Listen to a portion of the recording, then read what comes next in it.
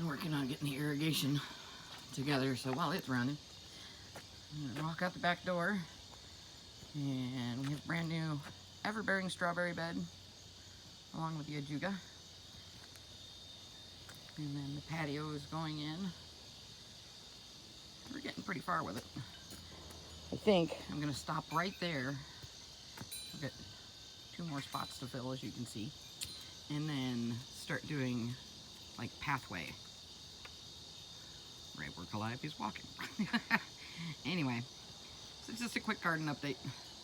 Another spot to fill to make into a whole path or a whole patio, and then I'm planting it as I go. So as it, lots of different ground covers in there. All bloom in the spring and summer next year. The hugelkultur bed with the figs in it. The figs are getting a little tall. Might be time to trim this guy down, just so I get some branching instead of height.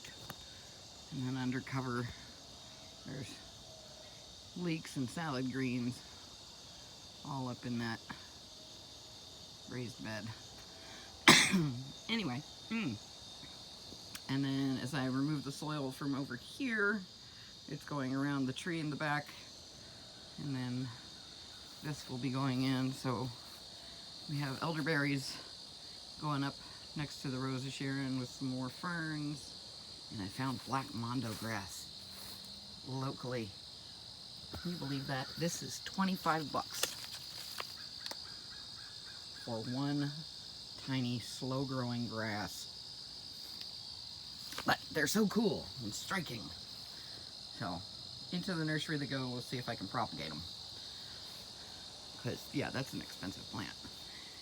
But I just finished up getting the irrigation in, and I'm trying to get some pressure in the line so that these little bitty, let's see, where am I?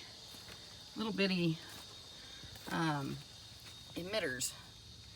It's just not getting enough pressure. So I think I can only run one irrigation at a time in the backyard. And I don't normally have to run irrigation at all, or, well, use a sprinkler, which I have done, but don't do it very often. This just happens to be an incredibly weird year, so I'm just putting it in just so I have it.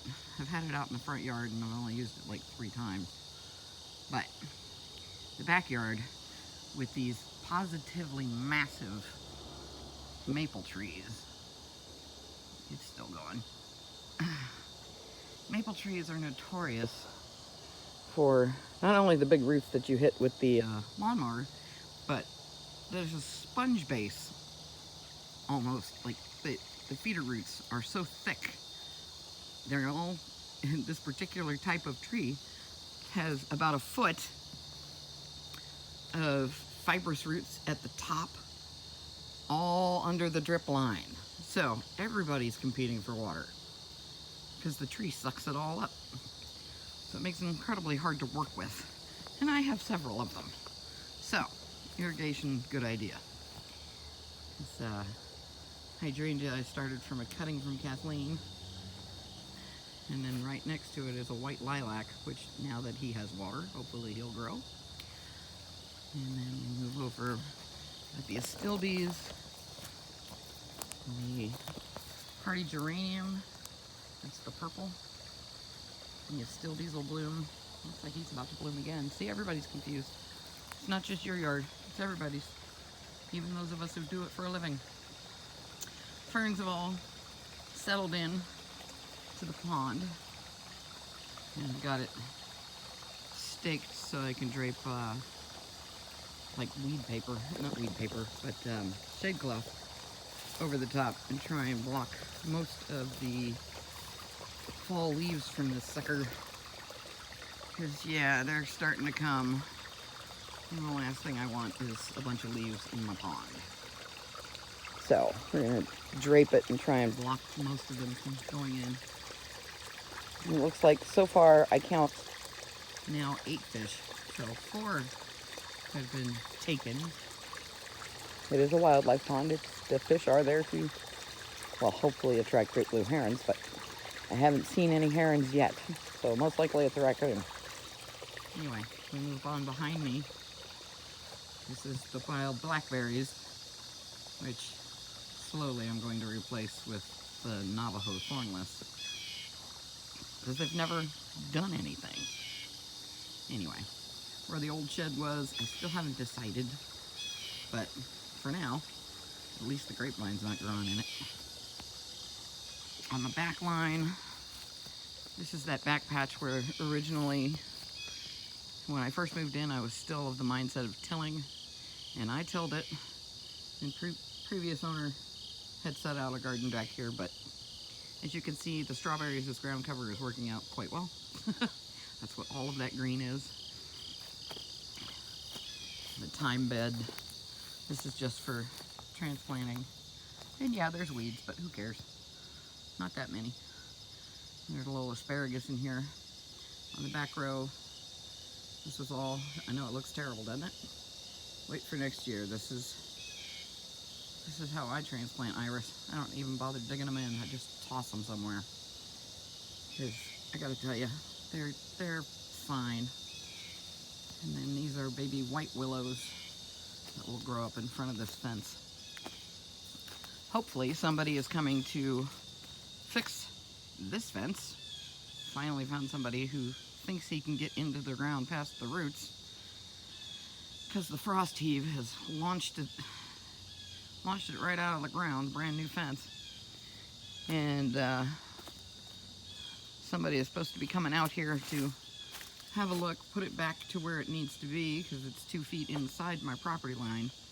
But that's a good thing, because it's leaning a good 2 feet, so it's still technically on my property, but it's in bad shape. It's just, so many of us tried to get into the ground so we could get those posts in further, but they're only a foot in. So 4 years later, I've owned the house for 5 years, replaced it that first year. 4 years later, look at that fence. It's terrible. So the good news is there is a love affair going on between the neighbor's dog and my dog, and as long as my other neighbor doesn't bring her dogs over, we'll be fine with the fence down for a little bit. But I think we can salvage those panels, thank God, because that was expensive, just to have it fall over.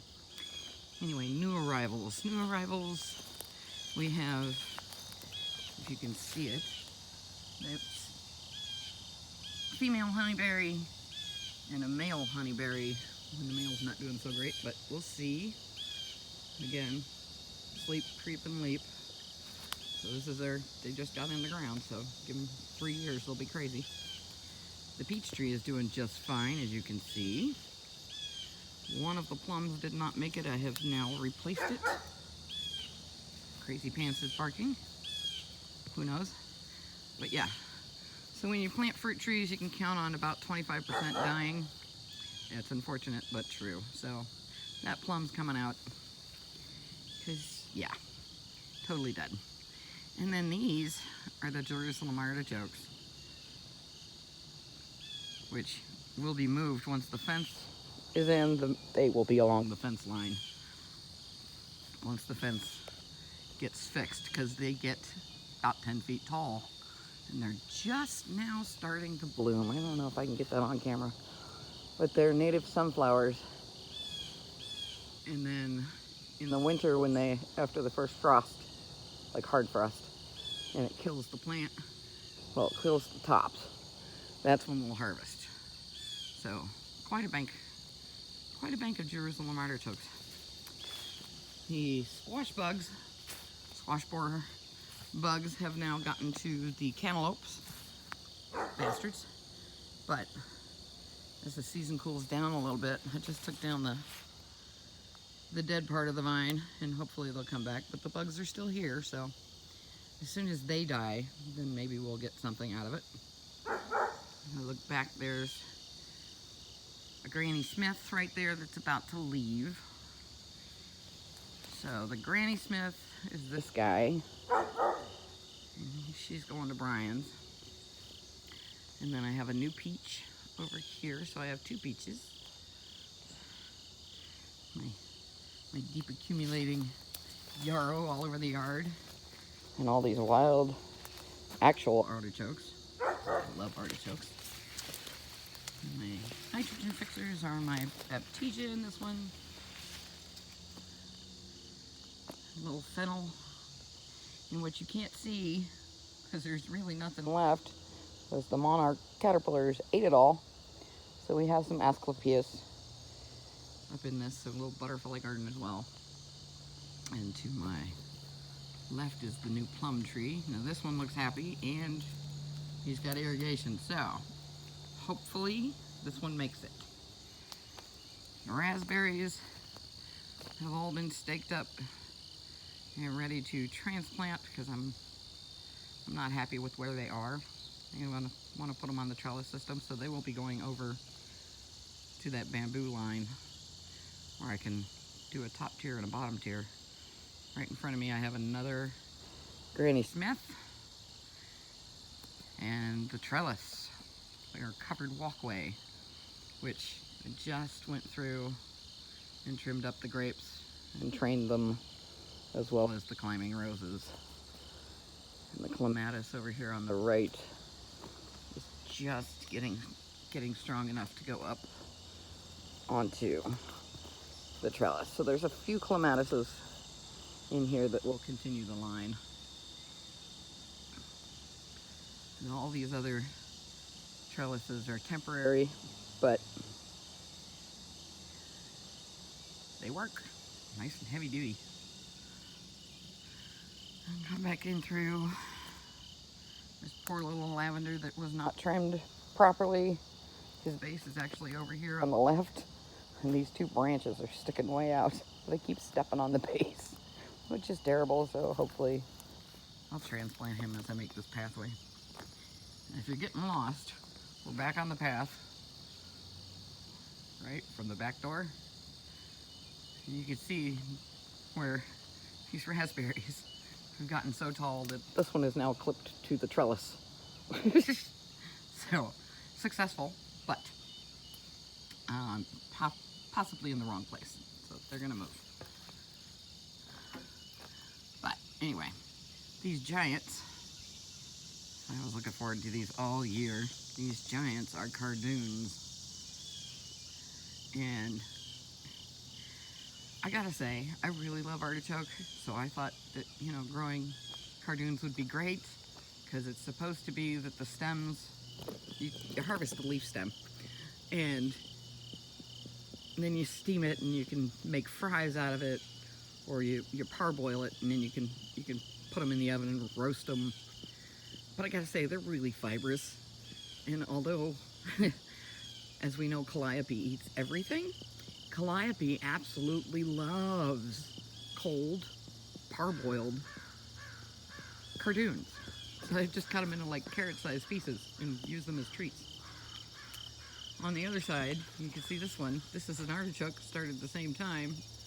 And look at the size difference between the 2 of them. That is just a strikingly architectural plant. So, love, but not necessarily want to eat. Whatever, it's fine. The Mexican sage, unfortunately, is an annual here, but it's just starting to bloom. And the fennel's going crazy. And so are the everbearing strawberries that have been transplanted, part of the guild.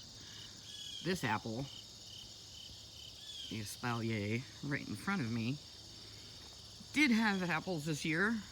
A certain individual plucked them off and ate them. It wasn't the squirrels, but that's what I get for dwarf trees that she can reach. My bad. It's all right. I grow for abundance, right? So the strawberries are starting to take off as ground cover. And you can kind of see they're still going. It's late September, and those will be ripe in a couple of weeks. There's the helpful one. So this apple tree is going to be moved along with that other Granny Smith so that they can pollinate. And along with a pear and a peach are all going to a friend of mine. And the pumpkins are just starting to come in, so trying to keep this pumpkin from growing into the grate, but he's supported. Just gonna have to continually check on him. This other pumpkin down here, look at that carrot. That's what carrots look like. This other pumpkin, I'm not sure if it's viable or not. I kind of doubt it. And it looks like you can see where it literally grew into this this hog panel. So it's got a little damage to it, and I'll be surprised if that one doesn't eat it. I'll be very surprised because, you know, remember I looked over earlier this year and found her with a larger than a softball kohlrabi in her face. Just ran off with it like, ha ha ha, because she's rotten. Took the tree bags off and put soaker hose on those. But as I come back to the back line again, this is the Navajo thornless blackberry. Just gone in, and I think I'm gonna move him. So we're back on the fence line again. There's another pair. This one is, let's see, the Kiefer. So I had a pear tree or a Bartlett on the front of the espalier line, and it's the only one that did not make it. He just burned and freeze, and so he's actually black. But there's one shoot coming up, so the roots are still there. But there's one shoot coming up above the graft, so we're gonna see if that makes it, and if not, I'm gonna let it go for a couple of years so I can get a good thick scion, and then graft it to a chosen pair. Let's see what happens. Another one of my baby cherry trees. Don't you eat that thing. So this is Juliet. These are bush cherries, so they'll get about 4 or 5 feet tall. Huge daisy hedge. And then we move over here. Got another cherry. This one is called Romeo. And I really thought he wasn't going to make it. I really thought he was a goner. So I'm going to call him up and get a replacement, because I don't know if he's going to make it, period. And we have our sea berry, sea buckthorn. This is a mean plant, I got to say. That, and it was almost dead, but it's an atorps, so thank God, it's guaranteed. But this thing will get berries on it at some point. But in the meantime, it's a good nitrogen fixer. We're right next to the deep accumulator, so the principles are definitely applied here. Right, so then the nasturtiums are the trap crop, my new favorite. Yeah, now this one's kind of falling apart, but they've been slightly abused. But look at the color on that. They just look like morning sun. It's just gorgeous. So swamp hibiscus that needs to be moved because he's not getting anywhere near enough water. As you can see, all that yellowing, splotching, it's all dried up. Newly installed echinaceas. And for somebody who eats everything, I'm still getting away with having delphinium back here because it's definitely toxic for dogs. She doesn't bother with it. She's interested in the vegetables, thank God. But yeah, the very, very dead pear tree right there. Horrible. That bushy thing is a Sally Holmes rose, so climbing rose, and it also is meaner than hell. But put on a good pair of rose gloves and you're all set. Super vigorous. It should cover over there, so we'll have the grapes and the white roses, singles, so not your average rose. Really pretty. The pool deck. And then over here, starting with the tomatoes. So these are black strawberry, and I just think they're so cool. So black strawberries and sweetheart cherries. I don't think I'm growing the sweetheart cherries again. I'm not real thrilled with them. the blueberry patch. So these are blue blueberries. 1, 2, 3. And then over here, we have the pink lemonade blueberries. 1 and 2. Right? A little lavender. I put in like a row of lavender all the way around the edge, so we'll have a little border going on. And the cypress, or the Leland cypress, are coming back. We'll see. Again, they're competing with a massive tree for water. Coming around, coming around. That's oregano. Yes, I said oregano. New pear tree, nice and tall, ready for a summer prune, but he just went in the ground, so I don't want to do too much. Another pear tree. And the Joe Pye weed's doing fine. We've got lots of stuff going on in here. And moving over, these are all volunteers. That huge mass is just a volunteer tomato. Because that's what, I don't even bother planting them anymore. I just chuck them. They'll grow where they want to grow. All the salvias. For some reason, these scabiosas are doing great. And then there's one over there on the irrigation line that's just not. I don't know. So, whatever. Everybody will make it eventually. I finally planted the fence line again. That clump that looks like it's dead in a doornail is actually black-eyed Susans, and they will be fine. Just not till next year. I come around, and this is supposed to be basically a shade garden. And it has not been watered, and it's competing with all of these suckers. So, irrigation just went in, and we'll see what happens. But the broccoli that was back there survived the dog and has reseeded like crazy. My little hydrangeas that I put in a year ago are not doing so great, but they will once they have water. The importance of watering. Now this whole mess looks like it's just weeds, right? It looks like it's all violets. Down in this hole, that's all broccoli coming up. So, we'll see if certain individual leaves it alone, because, you know, broccoli is her favorite. But look at all the seed heads on that last one. So, there should be plenty over here. And just let it do its thing. This baby river birch, she gnawed down to the ground. Right. Where is it? Right here. So I'm not sure if you could see him or not. But there's a drain for the neighborhood right back beyond that fence. And so this is always weeds. But there's a river coming out from under that fence that goes right into this drain. So I planted this with a bunch of water hogs. Just suck up the excess. You see the drain? I don't know. Maybe. Yeah, there's a lot of weeds. Which periodically I'll go through and kill, but, you know, maybe just chop them down. That's fine. This one is always on patrol for the standard black cat.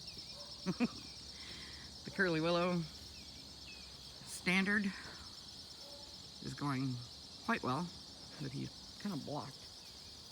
This is a 3-year slip. So, 3 years? Yeah. I believe it's 3 years. Anyway, but he's going straight up, so that'll be lovely. As you can see, it's slowly blocking the view on the fence line. That's the problematic fence line that just looks straight into the yard. And little by little, I'm getting rid of this grass. Because you know I hate grass. Such a pain. It's a pain, it's a waste of time, and the only reason to have it is that fuzzy womp known as calliope. Fern bed is going pretty well. They transplanted all right. I need to get a tree guy out here. Anyway, so I need to get the irrigation fixed over here, but the ferns going through on either side of the fence. And then we've got hydrangeas that are actually doing well. More ferns. And then we head over into the daisies and hosta bed. And then it gets back out into full sun. Way out there There's more stuff going on, but that's a different video.